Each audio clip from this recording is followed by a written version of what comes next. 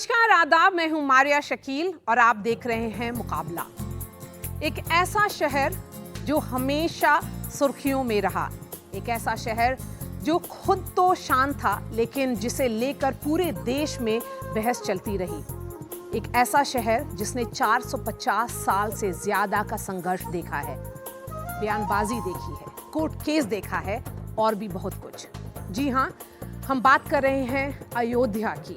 अयोध्या तमाम विवादों को पीछे छोड़कर आगे बढ़ चुका है। अयोध्या में मंदिर निर्माण का काम जारी है। मंदिर में 22 जनवरी को रामलला की प्राण प्रतिष्ठा का कार्यक्रम है। भव्य रेलवे स्टेशन और एयरपोर्ट तैयार हो चुके हैं। पूरे शहर में चारों तरफ उत्सव का माहौल है। ऐसे में ये जानना बहुत जरूरी है, क्या अब नफरत और सियासत का दौर थमेगा? मुकाबला में आज 22 जनवरी, वो तारीख, क्या अयोध्या से एक नए अध्याय की शुरुआत होगी? Alok Kumar international working president है वीएचपी की, हमारे साथ जुड़ रहे हैं। विनय कटियार भाजपा के लीडर हैं और राम मंदिर आंदोलन से जुड़े रहे हैं। नजीब जंग साहब हैं, पूर्व एलजी दिल्ली के। प्रोफेसर कपिल कुमार यहाँ स्टूडियो में हिस्टोरियन हैं। प्रोफेसर दिनेश वार्ष्णेय नेता हैं सीपीएम के। अंबर जैदी पॉलिटिकल एनालिस्ट। अनिला सिंह प्रवक्ता हैं भाजपा की और राशिद अलवी साहब हैं नेता कांग्रेस के। विनय कटियार जी, सबसे पहले आपसे सवाल, राम टेम्पल मूवमेंट से आप बहुत ही हमेशा से जुड़े रहे हैं। 22 जनवरी का आपके लिए क्या महत्व होगा? बड़ा भारी महत्व है। हम बहुत प्रसन्न होंगे।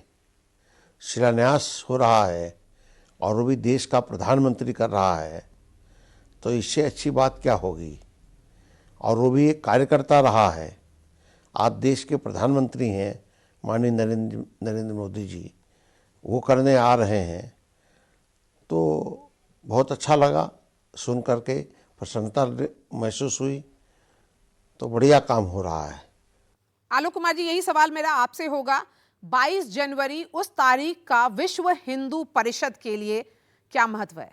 मैं समझता हूं कि ये तारीख केवल विश्व हिंदू परिषद के लिए नहीं, पूरे हिंदू समाज के लिए और पूरी सिविक सोसाइटी के लिए इम्पोर्टेंट हो गई है। भारत की आज़ादी का दिन 15 अगस्त वो इतना महत्वपूर्ण था।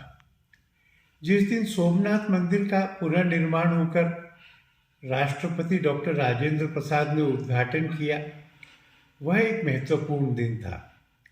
और अब यह राम जी का अपने जन्म स्थान पर दोबारा से विराजना और उस पर एक विशाल मंदिर होना, ये तो एक ऐसा उत्सव है जो केवल अयोध्या में नहीं हो रहा है, पूरे विश्व के 5 लाख मंदिरों में भी हो रहा है। और उसमें 7 करोड़ से ज्यादा हिंदू समाज प्रत्यक्ष मंदिर में विराज करके वहां की स्क्रीन पर ये सब दृश्य को देखेगा। मैं समझता हूं कि इस आनंद का वर्णन नहीं किया जा सकता। चलिए, अब हम स्टूडियो में आएंगे। प्रोफेसर वार्ष्णेय, आपसे सवाल है। सीपीएम के नेता को, सारे सीताराम येचुरी को इनविटेशन कार्ड आया है और उनका कहना है कि वो रिलीजन और पॉलिटिक्स को मर्ज नहीं कर रहे, लेकिन 22 जनवरी तो शायद ऐसा दिन हो सकता है कि जहां पर पॉलिटिक्स खत्म होकर के एक नए चैप्टर, एक नए अध्याय की शुरुआत हो सकती है अयोध्या से। देखिए मारिया, एक चीज़ हमें जाननी पड़ेगी कि एंटायर राम मंदिर movement is a political movement. BJP 2 थी और 2 से यहाँ तक इनको रोटी का गस्सा लग गया कि साहब हम राम मंदिर की मूवमेंट को हमेशा ऐसे करते। अब राम मंदिर बना लिए, इसके बाद ये नहीं है कि ये चुप बैठेंगे। इसके बाद इन्होंने पहले ही मथुरा शुरू कर रखा है, बनारस में ज्ञानवापी मंदिर शुरू कर रखा है।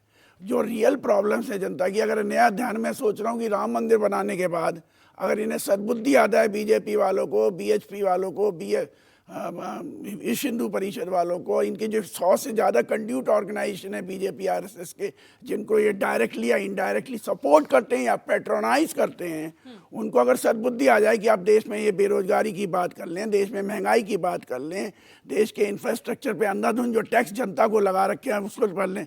अब देखिए, हरिद्वार भी एक तीर्थ है ना। आपको पता है दिल्ली से हरिद्वार जाने के लिए कितना रोड टैक्स लगता है, टोल टैक्स लगता है? 785 रुपये। 210 किलोमीटर के लिए 785 रुपये। और जबकि नई गाड़ी आप खरीदते तो 1,40,000 रुपए रोड टैक्स भी देते हैं। कुमार और अंबर से सवाल पूछूंगी। मेरी सबको राम राम। और मैं ये कहूंगी कि भारतवर्ष की यही एक दुखद कहानी है कि 1947 में धर्म के, या हम तो पंथ बोलते हैं उसको, धर्म हमारे मतलब हमारे यहाँ कर्तव्य को कहा जाता है, परंतु चलिए धर्म जो एक कॉमन लैंग्वेज में इसको इस्तेमाल किया जाता है, उसके आधार पे इस देश के टुकड़े हो गए। एक बन गया इस्लामिक रिपब्लिक ऑफ पाकिस्तान, और फिर 26 साल में बाबा साहब के संविधान में अचानक ये सोचा कि अरे भाई इस देश को तो धर्मनिरपेक्ष होना चाहिए, सेक्युलर होना चाहिए। 26 साल के बाद जो है इस राष्ट्र को धर्मनिरपेक्ष कर दिया गया, सेक्युलर कर दिया गया, सोशलिस्ट और सेक्युलर जो है इंदिरा गांधी जी ने संविधान में डाल दिया गया, जबकि लाखों लाख लोग मरे थे भारत को बनाने के लिए जहां पे सनातनी रहा करते थे। तो इनसे ये पूछना चाहिए साहब, ये बता दीजिए, भगवान श्री राम के लिए अयोध्या, महादेव के लिए काशी और भगवान श्री कृष्ण के लिए अगर हम मथुरा की बात करते हैं तो कौन सा गुनाह कर देते हैं भाई, कौन सा गुनाह कर देते हैं? ये अभी नहीं, ये साहब जो हैं अभी गिना रहे थे, हरिद्वार देखिए 210 किलोमीटर 785 रुपए। अरे शर्म आनी चाहिए इस प्रकार के स्टेटमेंट देने के लिए। चलिए इसी पर अब हम सवाल पूछेंगे। प्रोफेसर कपिल कुमार, 22 जनवरी एक बहुत ही हिस्टोरिक डे है। एक आम नागरिक के लिए क्या वो एक ऐसी तारीख बन सकता है कि जो पहले इतने सारे communal fault lines, religious fault lines थे, वो सब खत्म होने की कोशिश शुरू हो सकती है? देखिए, बन सकता नहीं, ऑलरेडी बन रहा है। मैं आज ही एक वीडियो देख रहा था कि एक मुस्लिम बच्ची बॉम्बे से पैदल चली है अयोध्या पहुंचने के लिए, दर्शन करने के लिए। ये है आम जनता की भावना। लेकिन जिन्हें सियासत करनी है, जैसे आपने कहा अभी कि सीताराम येचुरी कहते हैं कि मैं धर्म और उसको मिक्स नहीं करता। अब मेरा सीताराम येचुरी जी से अगर वो जवाब दे सकें इस सवाल का कि भैया फिर आप कितनी इफ्तार पार्टी में कैसे चले जाते हैं, क्या वो धार्मिक नहीं है? आप मुस्लिम लीग नाम की एक पार्टी से केरला के अंदर आपका पिछले कितने सालों से अलायंस बना हुआ है, तो वो क्या फिर वो मुस्लिम लीग के क्या सिद्धांत है, वो क्या पार्टी? ये जो सियासत दोहरापन डालती है आम जनता के बीच में, जनता एक होकर रहना चाहती है, जनता नहीं लड़ना चाहती है। और मैं आपको एक और बात कहूंगा यहाँ पे, देखिए, क्योंकि इन्होंने वो ज्ञानवापी और वो सवाल उठाए मथुरा वाले भी। देखिए, किसी ने भी आज जो भारत की मुस्लिम पीढ़ी है उसको दोष नहीं दिया कि बाबरी मस्जिद वहां पे बनी और वो मंदिर जब वो तोड़ा गया वहां पे, उसने तोड़ा। एक आक्रांता ने अगर उसको तोड़ा, और वो भी इस्लाम के धर्म के खिलाफ, यही बात मैं मथुरा पे कहूंगा, यही बात मैं काशी पे कहूंगा। और मैं अगर गलत हूं तो मुझे कोई साबित कर दे मैं गलत हूं, क्योंकि जितने लोगों ने मुझे बताया, इस्लामिक स्कॉलर्स ने, कि इस्लाम में यह कहा जाता है कि जिस जगह पे दूसरी की इबादत की जगह है, उस जमीन के ऊपर आप अपनी मस्जिद नहीं बनाएंगे जी। यही इसलिए सुनिए, यही एक लाइन क्या, इसलिए अगर किसी जमाने में किसी आक्रांता ने बर्बरता की तो आप उस बर्बरता को, उसका ठेका लेके उस पे इसको इस्लाम पे खतरा क्यों मानते? आप कहिए भाई वो बर्बरता हुई, इस्लाम के धर्म के खिलाफ हुई, हमें एक सौहार्द से एक साथ रहना है। नहीं, ये भी बोला जा सकता है कि अंबर के सुप्रीम कोर्ट का जजमेंट आ चुका है और उसने शायद ये मैटर को सेटल कर दिया है। तो क्या मुसलमान अब आगे बढ़ सकते हैं या बढ़ना चाहिए? देखिए, अगर टेक्निकली और मॉरली बात की जाए मारिया, तो ज़रूरी है कि इस मुकाम से भारत के जो मुसलमान हैं उनको आगे बढ़ना चाहिए। और एक जो कहावत बहुत पहले से कही जाती थी, और एक जो डिमांड राम मंदिर के फैसले से पहले थी कि जो 4 बड़े धार्मिक स्थल हैं हिंदुओं के, उनको खुद मुसलमान समाज को वॉलंटरली दे देना चाहिए, या खुद आगे बढ़ के ये कहना चाहिए कि हम सब इस देश में रहते हैं, सबको समान अधिकार मिले हुए हैं, किसी को कोई खतरा नहीं है, चाहे पॉलिटिकल पार्टीज किसी भी आधार पर राजनीति करें। लेकिन मुझे लगता है कि एक मॉरल रिस्पॉन्सिबिलिटी भी मुस्लिम समाज के ऊपर रही है।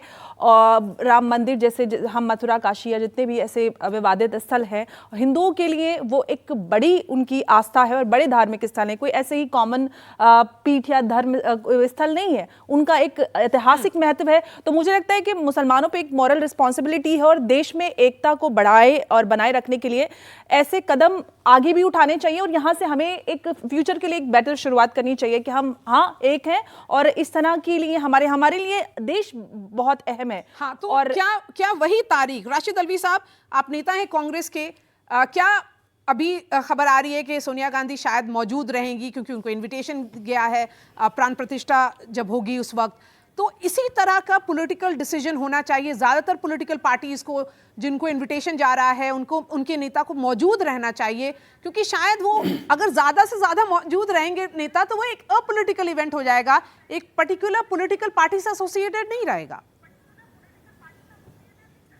देखिए, कोई भी नेता चाहे कांग्रेस पार्टी का हो या किसी दूसरे राजनीतिक दल का हो, वो अगर वहां जाना चाहता है, उसकी आस्था है, तो किसी को इस पे एतराज नहीं होना चाहिए। लेकिन कोई पॉलिटिकल पार्टी को वहां रिप्रेजेंट करे कि राशिद अल्वी वहां जा रहे हैं और मैं कांग्रेस का नुमाइंदा हूं, मैं बीजेपी का नुमाइंदा हूं, यह बुनियादी तौर पे गलत बात हो जाएगी।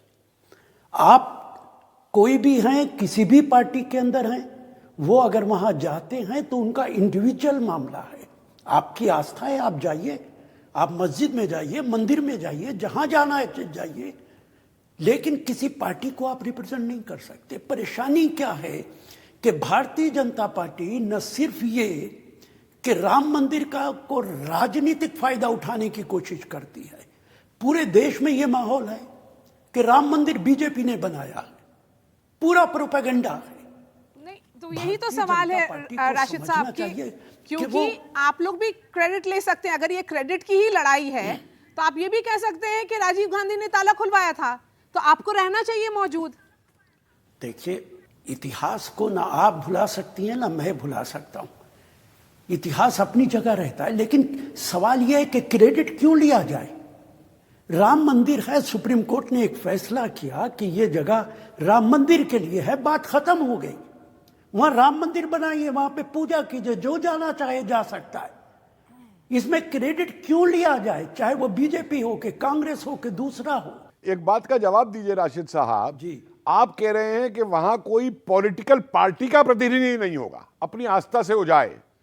मुझे ये जवाब दीजिए कि फिर पॉलिटिकल पार्टी के प्रतिनिधि बन करके मंदिर में क्यों जाके माथा टेका जाता है, धर्म के नाम पे वोट क्यों मांगी जाती है, मस्जिद में क्यों जाया जाता है, पॉलिटिकल पार्टी का प्रेसिडेंट बनके इफ्तार पार्टी में क्यों जाया जाता है।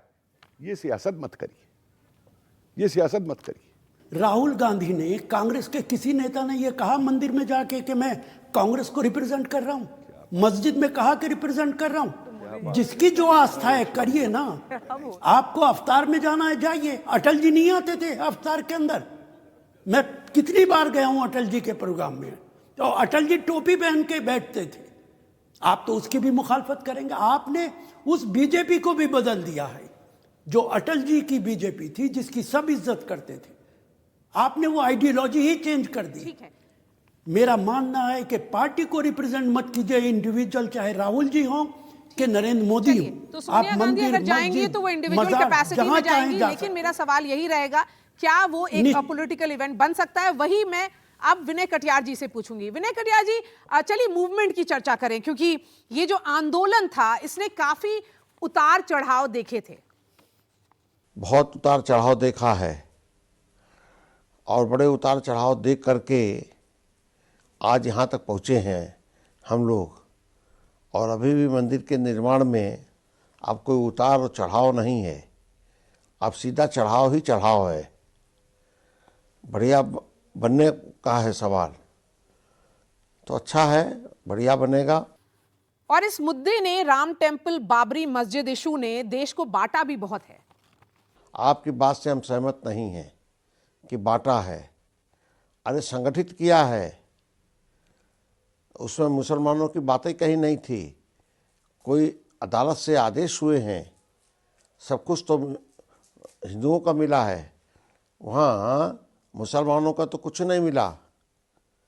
तो ऐसी स्थिति में वो जो ढांचा खड़ा था जीर्ण शीर्ण अवस्था में, वो गिरा दिया गया।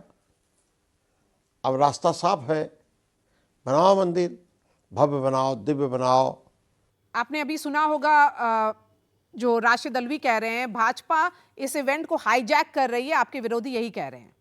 नहीं, ये सब लोग लज्जित हो रहे हैं कि हमने क्या किया, क्या कहा था और क्या हो रहा है। ये सब लज्जित हैं। उसमें ऐसी बात नहीं है कि भाजपा कुछ कर रही है। सब उसमें आ रहे हैं। विश्व हिंदू परिषद लगा हुआ है, राम जन्मभूमि का आंदोलन पूरा लगा हुआ है, सारे लोग लगे हुए हैं, सबको आमंत्रित कर रहे हैं। अब जहाँ शिलान्यास होना है वहाँ पर सब लोग आएंगे, शिलान्यास करेंगे। सबको निमंत्रण जा रहा है, किसी को छोड़ा नहीं जा रहा है, तो सब लोग आवें। अब उसमें अच्छे मन के भाव के साथ आवें। मंदिर बन रहा है, मंदिर बनाना है, ये सबके हृदय में होना चाहिए कि हम मंदिर बनाने जा रहे हैं। आखिरी सवाल, 22 जनवरी को आपको क्या याद आएगा? हमको कुठारी बंधु याद आएंगे। लोग जो बलिदान हो गए हैं वो याद आएंगे। उनका बलिदान काम आएगा। वो याद कराएगा कि मंदिर का निर्माण और कैसे हो रहा है, कितना बलिदान हुआ है, ये याद आएगा। हम तो उस दिन याद करेंगे ही कि हमारे कार सेवक कितने बलिदान हुए। फिर से स्टूडियो में वापस आऊंगी। प्रोफेसर वार्ष्णेय, आप कुछ बोल रहे थे। देखिए मेरी एक बात तो बिल्कुल सही हो गई ना कि 22 जनवरी के बाद भी जो इन्होंने देश को बांटा है, देश में जो दंगे कराए हैं राम मंदिर के नाम पे, अब 22 जनवरी के बाद भी ये शांत, इन तीनों के स्टेटमेंट से क्लियर हो गया स्टूडियो में कि 22 जनवरी के बाद भी ये देश को शांत नहीं रहने देंगे। नहीं, कौन नहीं रहने देगा? बीजेपी, आरएसएस, विश्व हिंदू परिषद, 110 से ज्यादा कंड्यूट ऑर्गेनाइजेशंस हैं नहीं, लेकिन जो कम्युनल प्रोफेसर पैटर्न पे वार्ष्णेय, पूरे इंडिया में काम जिम्मेदारी करती हैं। शांत रखने की तो सब पर होती है ना। सुनिए ना, शांत कैसे रहने देंगे जब ये हिंदू मुसलमान करेंगे सब जगह? अरे कौन शांत कैसे रहेगा? इन्होंने क्या नहीं किया? मुझे एक अडवाणी जी का स्टेटमेंट निकलवा लीजिए, मुरली मनोहर जोशी जी के स्टेटमेंट निकाल लीजिए, वाजपेयी क्या कहते हैं, इवन वाजपेयी जी के नहीं, निकलवा लेकिन अगर लीजिए। 22 इन्होंने जनवरी, कब कम दंगों की बात नहीं की? नहीं, 22 जनवरी वही तारीख, क्या अरे वहां पे नहीं, राम टेम्पल इशू जो है वो उसके आगे भी तो हिंदुस्तान को सोचना है ना। वो तो अनिला इसको सिंह, नहीं ऐसे चाहते। राजनीतिक दल और इस प्रकार के सो कॉल्ड हिंदू इस राष्ट्र में रहेंगे, हिंदू मुसलमान होता रहेगा। भारतीय जनता पार्टी का कोई भी नेता, चाहे वो सीनियर हो चाहे वो जूनियर हो, भारतीय जनता पार्टी का कोई भी प्रवक्ता हिंदू मुस्लिम नहीं करता है। हिंदू मुस्लिम करने वाले ये हैं, तुष्टीकरण करने वाले ये हैं, तुष्टीकरण। एक सेकंड, बात अगर हम करते हैं, देखिए, यहाँ पे डिबेट हो रही है शो या का बात नाम हो रही है? जरूर है मुकाबला, लेकिन ये एनडीटीवी का शो है, इसलिए हम लोग बहुत ही आप बोल रहे थे साहब, मैं आपके मिलजुल बीच में नहीं कर बोल के मुस्कुराते मुस्कुराते बात करते हैं। जी अरे मैं सीधी सी एक बात करती हूँ, हाँ। ठीक है, जब हम सनातन की बात करते हैं तो सनातन की भावनाएं भारतीय जनता पार्टी और आरएसएस से ऊपर भी हो सकती हैं, ठीक है। कपिल जी यहाँ पे ये भी हिंदू हैं, भारतीय जनता पार्टी के कार्यकर्ता नहीं है, संघ के कार्यकर्ता नहीं है, परंतु हिंदू हैं, सनातनी हैं, तो इनकी भावनाएं जो हैं हिंदू देवी देवता या सनातन के जो हमारे हिंदू देवी देवता हैं उनसे जुड़ी हुई हैं। ये लोग इस बात को समझ ही नहीं पाते। साजिश इन लोगों ने करी, चाहे वो ये हो, चाहे वो कांग्रेस पार्टी हो या कांग्रेस पार्टी जैसी मानसिकता। एक सेकंड में बात पूरी कर देती हूँ। प्लेसेस ऑफ वर्शिप एक्ट क्यों लेकर आए साहब? जब इस राष्ट्र के 2 टुकड़े हो गए थे, हाँ, पंथ के नाम पे 2 टुकड़े हो गए थे, तो क्यों आया ये एक्ट? दूसरी बात सुन लीजिए, आप मेरी बात सुन लीजिए। बात यहाँ पर इसी राष्ट्र में, पाकिस्तान में कोई बात तो करके देख ले कि हम मस्जिद जो है गिराकर हम अपना मंदिर बना लेंगे, बात करके देखेंगे। इन लोगों की भी जुबान काट के वो लोग हाथ में दे देंगे। मैं सोच रही थी कि 22 जनवरी को देश आगे बढ़ जाएगा। अब मैं, आपने बहुत अच्छी बात बोली। नहीं, मैं इनको बोली शांत रहे तो मैं उत्तर आगे क्यों नहीं? 22 जनवरी वो दिन है हमारे। नहीं प्रोफेसर वार्ष्णेय, नहीं, ऐसे लोग भी इस राष्ट्र में इसलिए जरूरी है, जैसे हर घर के सामने एक वो मुखौटा लगा देते हैं ना, नजर ना लगे, तो ये लोग सनातन को नजर ना लगे, ऐसे लोग भी जरूरी है। तो मैं ये 22 जनवरी वो ऐतिहासिक दिन होगा हमारे यहाँ, वो ऐतिहासिक दिन होगा। वो, अरे शांत होकर बैठिए। हाँ, वो ऐतिहासिक दिन होगा, बिल्कुल आप बात ठीक कह रहे हैं। एक नई शुरुआत, एक नया चैप्टर सनातनियों के लिए या राम भक्तों के लिए। और भगवान श्री राम कर्तव्य बताते हैं, धर्म बताते हैं। धर्म हमारे ये होता है कि इसका क्या कर्तव्य होता है। तो ये वो एक शुरुआत होगी कि हाँ, इस राष्ट्र में, चलिए, इस राष्ट्र में कपिल कुमार जो और आस्था को सम्मान मिलना चाहिए वो अब मिल रहा है। ठीक है, सम्मान की बात कर रही हैं आप, बताइए। देखिए मारिया, मैं यहाँ पे ये बात कहना चाहती हूँ, एक तो जो राशिद अल्वी साहब ने बात कही कि क्रेडिट क्यों ले रहे हैं या इसका राजनीतिकरण नहीं होना चाहिए। सबसे पहली बात तो ये कि इनकी ही पार्टी ने भगवान श्री राम के अस्तित्व को नकारने के लिए वकीलों की फौज इन्होंने सुप्रीम कोर्ट में उतारी थी। आज ये कह रहे हैं कि इसका राजनीतिकरण नहीं होना चाहिए और ना ही इसका क्रेडिट लेना चाहिए। जो पार्टियां, जो संगठन इस मुद्दे को उठाकर यहाँ तक ले आती है और आज 22 जनवरी का दिन हम देखते हैं तो वो पार्टी बिल्कुल क्रेडिट लेगी। लेकिन आप ये नहीं कह सकती कि हमें पार्टियों को किसी भी धर्मनिरपेक्ष होना चाहिए। आपकी पार्टी राहुल गांधी जरेबधारी बन जाते हैं जब भी चुनाव आते हैं। लेकिन एक बात मैं जो कहना चाहती हूँ, जो अभी वार्ष्णेय साहब कह रहे हैं कि भाई इनकी पार्टी ये कर रही है, उनकी पार्टी वो कर रही है, बीजेपी आरएसएस ये कर रही है, मैं यहाँ पर एक भारतीय होने के नाते बात करना चाहती हूँ और ये बात करना चाहती हूँ कि भारत का विभाजन हुआ धर्म के आधार पर। उसके बाद जो अनिला जी ने बात की कि प्लेसेस ऑफ वर्शिप एक्ट, कहीं भी इंटरनेशनल लॉ की हम बात करते हैं, जस्टिस की बात करते हैं, तो वो लॉ जो होता है वो विक्टिम के साथ होता है। लेकिन भारत में, भारत के संविधान के तहत वो विक्टिम जिनके धार्मिक स्थलों को लूटा गया, उनको ये कहा गया उस एक्ट के तहत कि भाई आपको कोर्ट जाने की इजाजत नहीं है। कोर्ट जाने से तो कोई भी कानून नहीं रोकता। ये आपको नहीं लगता कि ऐतिहासिक तौर पर मैं आपके पास आऊंगी क्योंकि आलोक कुमार जी से 2-3 सवाल बचे रहे। आलोक कुमार जी, अगर वीएचपी नहीं, क्योंकि क्रेडिट की बात हो रही है तो मैं आलोक कुमार जी से 2 सवाल पूछ लेती हूँ। आलोक कुमार जी, इतनी सारी हिंदू संस्थाएं हैं, क्या कोई डिफरेंस ऑफ ओपिनियन है? क्योंकि क्रेडिट किसको मिलना चाहिए, इस पर भी सवाल हो रहा है। मैं समझता हूं कि हम सबको मान लेना चाहिए कि क्रेडिट रामलला का है। उनकी इच्छा थी तो संघर्ष होते रहे, वो अनुकूल हुए तो सब बानक सही हो गए। कोर्ट का फैसला आ गया, सर्वसम्मति से आ गया, ट्रस्ट बन गया। 65 करोड़ हिंदुओं ने 3300 करोड़ रुपए ये हमको थमा दिए, ट्रस्ट को थमा दिए। अब ये मंदिर बन गया। मैंने शिवसेना के एक गैर जिम्मेवार व्यक्ति का बयान सुना है, जिस बयान में उन्होंने कहा कि परिषद के लोग भाग गए थे, हमने किया है। अगर ये बात है तो इतने वर्षों तक कहीं क्यों नहीं गई थी? एफआईआर में जो लोग गिरफ्तार हुए उनमें, जो लोग प्रोसिक्यूट हुए उनमें, जो लोग मंच पर थे उनमें, जिनका नाम मीडिया ने छापा उनमें शिवसेना के कितने नाम हैं? और कांग्रेस पार्टी ये भी कह रही है कि ताला तो राजीव गांधी के रजीम में खुला था। ये दोनों बातें सच हैं, पर इससे आगे क्या है? ताला तो कोर्ट के आदेश से खुला था। स्थानीय प्रशासन के बयानों पर कि ताला खोलने से कानून और व्यवस्था की स्थिति नहीं बिगड़ेगी, इसमें खुला था। ये नैरेटिव बनाने का प्रयत्न किया गया है कि राजीव गांधी की इच्छा से खुला था। ऐसा होता तो मुझे कुछ आपत्ति नहीं थी, पर मैंने मणिशंकर अय्यर का एक लेख पढ़ा है, जिस लेख में उन्होंने कहा कि राजीव गांधी जी को तो ताला खुलने की बात का ताला खुलने के बाद मालूम पड़ा।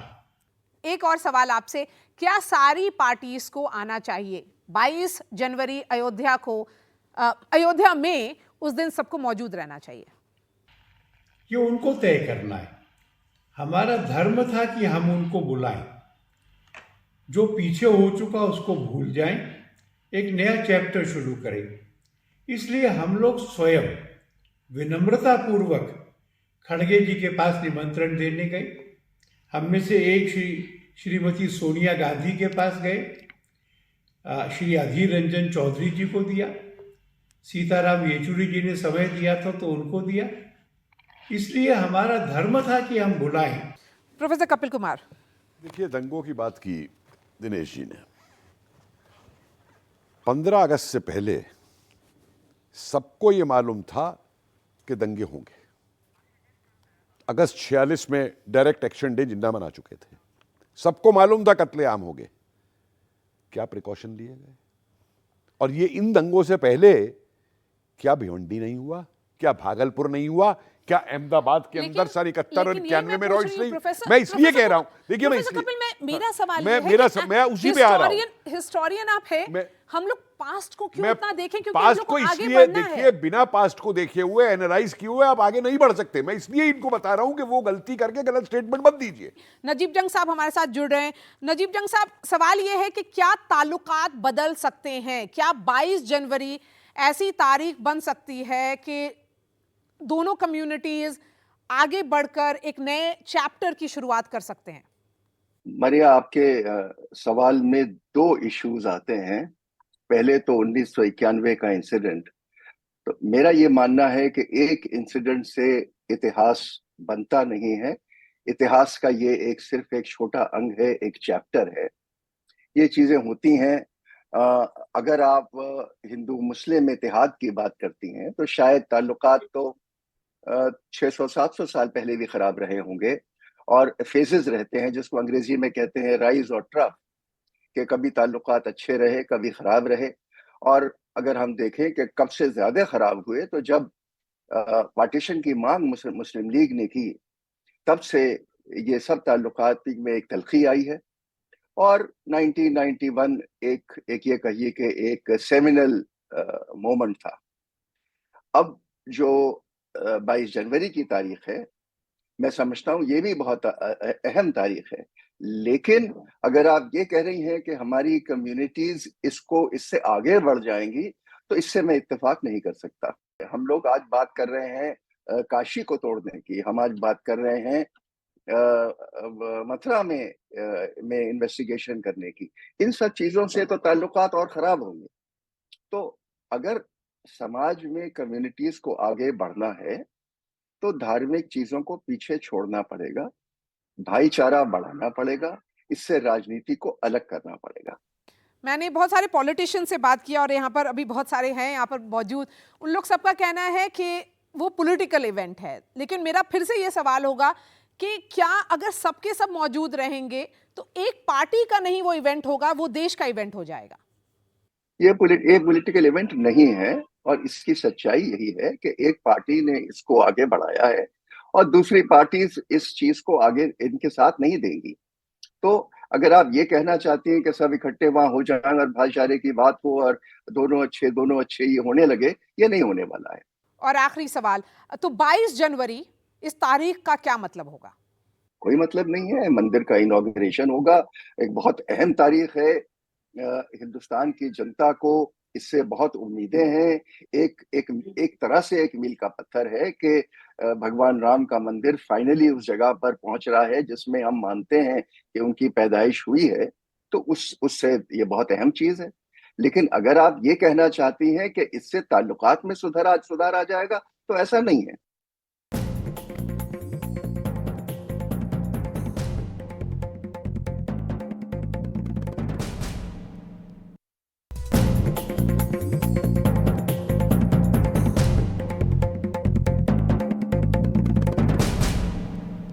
चलिए अब हम स्टूडियो में फिर से वापस आएंगे।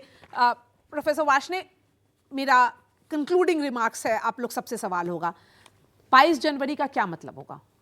देखो, मेरा तो अनुरोध ये होगा, अपील होगी Bharatiya Janata party, RSS, BJP और इनके तमाम संगठनों से, कि इनके पिट्ठू संगठन जो हैं पूरे हिंदुस्तान में, कि आप कृपया करके आप देश के विकास की बात करिए, लोगों को नौकरी दीजिए, लोगों के इंफ्रास्ट्रक्चर में जो आप भ्रष्टाचार करते हैं, अंधाधुंध टैक्स लगा रखे हैं, पेट्रोल डीजल सस्ता कीजिए, लोगों को महंगाई से राहत दीजिए, बच्चियों को सुरक्षा दीजिए और लोगों को आगे ले जाइए, सबको शिक्षा दीजिए। क्योंकि आप इंफ्रास्ट्रक्चर की बात करें, मैं एक छोटा सा अपना ऑब्जर्वेशन बताऊंगी। मैं उज्जैन में थी अभी, महाकाल कॉरिडोर बनने के बाद जो वहाँ पर पूरा बदलाव हुआ है और कितनी सारी जॉब अपॉर्चुनिटीज क्रिएट की हुई हैं, वो हम लोग ओवरलुक नहीं कर सकते। हम बहुत सारे महिलाओं से मिले, लोगों से मिले, जिन्होंने कहा कि महाकाल कॉरिडोर के बनने की वजह से, बिकॉज टूरिस्ट फुटफॉल ज्यादा हो गया है, उनकी भी आमदनी बढ़ गई है। सुनो, ये भी एक फैक्ट है। ये जो आप जो नौकरियां कह रहे हैं ना, ये नौकरियां उन नौकरियों से नहीं कंपेयर की जा सकती जो इंडस्ट्रियलाइजेशन से होती है, औद्योगिकरण से होती है। 22 जनवरी, जी बिल्कुल, आपने बहुत अच्छी बात कही है कि जब से योगी आदित्यनाथ जी की सरकार उत्तर प्रदेश में बनी है, आपने तब से बदलाव देख लिया होगा। फैजाबाद जो है हटाकर श्री अयोध्या के नाम पर जिला भी हो गया, कमिश्नरी भी हो जो है वो डिफरेंट उसके टॉपिक है, उस पे अलावा हम लोग अभी नहीं, चर्चा नहीं अब करेंगे। प्लीज बात हाँ, पूरी हाँ। कर लूं। उसके अलावा जिस प्रकार से वहां पर विकास हो रहा है उसकी चर्चा आपने भी कर दी। मैंने दूसरी बात, तीसरी बात, उज्जैन की चर्चा की, मैं अयोध्या की चर्चा कर लेती हूँ। ठीक है। हाँ, वहां पर जिस प्रकार से पूरा विकास हो रहा है, इतना डेवलपमेंट हो रहा है, हाँ, इंटरनेशनल एयरपोर्ट वहां पर आ रहा है, होटल आ रहे, दुनिया भर के वहां पे दुनिया भर की इंडस्ट्रीज जो है, मैं बात पूरी कर लूं, मैं बात पूरी कर लूं।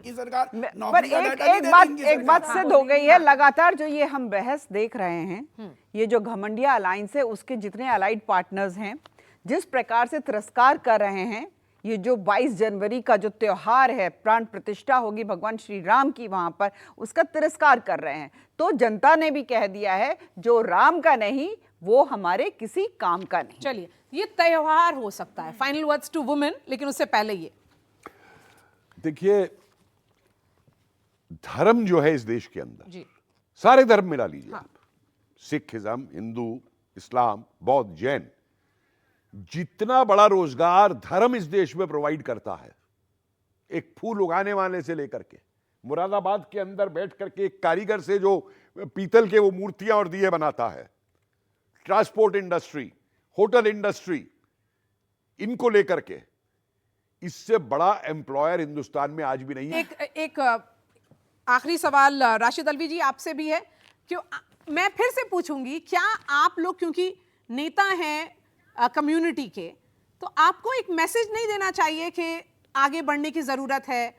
जब सुप्रीम कोर्ट ने ये इशू को सॉल्व कर दिया है, मैसेज दे दिया है, तो अयोध्या से एक नए अध्याय की शुरुआत क्यों नहीं? आपने किसी मुसलमान लीडर का यह बयान सुना है कि राम मंदिर नहीं जाना चाहिए, राम मंदिर नहीं बनना चाहिए? नहीं सुना ना। एक मिनट, तो फिर ये हिंदू मुस्लिम क्यों करते हैं आप? फिर आप क्यों कहते हैं कि ये करना चाहिए, वो करना चाहिए? मुझे नहीं लगता है एक भी मुसलमान लीडर ने मंदिर के खिलाफ कोई बयान दिया हो। 22 जनवरी की अगर बात की जाए तो बहुत ही ऐतिहासिक दिन भारत के लिए रहने वाला है, क्योंकि भगवान श्री राम की बात करें तो वो सिर्फ हिंदुओं के नहीं बल्कि पूरे हिंदुस्तान के लिए है। और इस सब को याद रखते हुए हर एक कम्युनिटी को इस दिन को एक बड़े त्योहार की तरह सेलिब्रेट करना चाहिए। और आपका कहना है कि क्या उस तारीख को एक विवाद खत्म होकर के एक नए अध्याय की शुरुआत होगी? हमें भी बिल्कुल बहुत उम्मीद है। So thank you so much, आप हमारे साथ जुड़ी। जी, जब तक जो कट्टरता है दिमाग के अंदर, वो कट्टरता नहीं खत्म की जाएगी, कुछ नहीं होगा।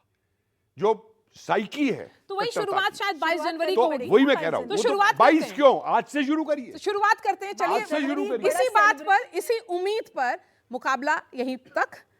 मैं अगले हफ्ते फिर से आपसे मिलूंगी। शुक्रिया।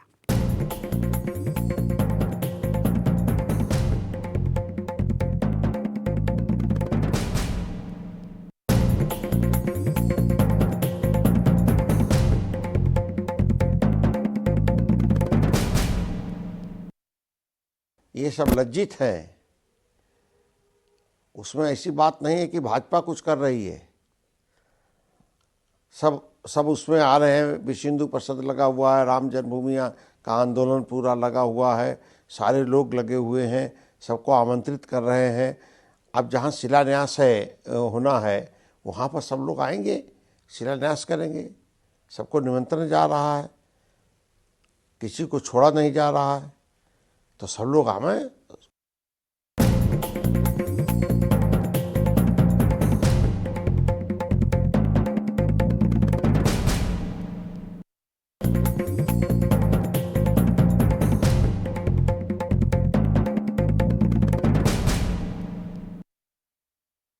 जिस दिन सोमनाथ मंदिर का पुनर्निर्माण होकर राष्ट्रपति डॉक्टर राजेंद्र प्रसाद ने उद्घाटन किया, वह एक महत्वपूर्ण दिन था।